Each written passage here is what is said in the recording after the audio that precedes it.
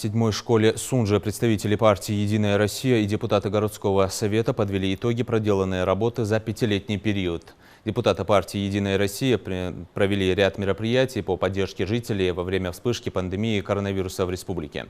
Они участвовали в таких благотворительных акциях, как раздача сара малоимущим семьям, пожилым людям и лицам с ограниченными возможностями здоровья. Кроме того, единороссы провели субботник вдоль реки Сунжа, участвовали в награждении юных спасателей и победителей по ментальной арифметике. Подводя итоги деятельности, депутаты обсудили вопросы, которые интересовали избирателей. Многие из них были внесены в повестку дня заседания фракций «Единой России» и городского совета. На сегодняшний момент самое главное – это уже создание комфортной среды для наших избирателей, для жителей города. Планируем заасфальтировать некоторые участки города Сунжи, некоторые улицы. Там есть улицы, которые прошли уже голосование, и по результатам голосования будет уже приступим к ремонту этих дорог.